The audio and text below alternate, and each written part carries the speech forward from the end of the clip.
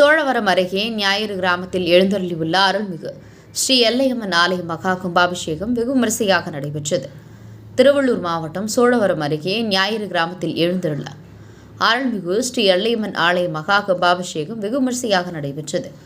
பஞ்சபாஸ்கர தலங்களில் ஒன்றாக திகழும் புகழ்பெற்ற ஞாயிறு அருள்மிகு சொர்ணாம்பிகை சமேத புஷ்பரதீஸ்வர ஆலய அம்சமான பாகத்தில் எழுந்தருளியுள்ள அருள்மிகு எல்லையம்மன் ஆலயத்தின் கட்டமைப்பு பணிகளை ஒரே மாதத்தில் கட்டி முடிக்கப்பட்டு அதற்கான சுற்றுச்சுவர் மற்றும் சாலை பணிகள் முடிந்து இன்று 4 கால யாக பூஜைகளுடன் கடம் புறப்பாடு நடைபெற்று பல்வேறு நதிகளிலிருந்து கொண்டு வரப்பட்ட புனித நீரானது ஆலய கோபுரத்தின் கலசங்கள் மீது தெளிக்கப்பட்டு மகா கும்பாபிஷேகம் நடைபெற்றது.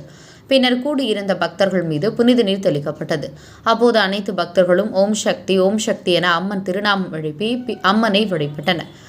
இங்குள்ள பழங்கால வேப்ப மரத்தில் அம்மனின் உருவம் பொறிக்கப்பட்டு அங்கு வைக்கப்பட்டுள்ள விநாயகர் சிலைகளுக்கும் இதர தெய்வங்களுக்கும் புனித நீர் தெளிக்கப்பட்டது.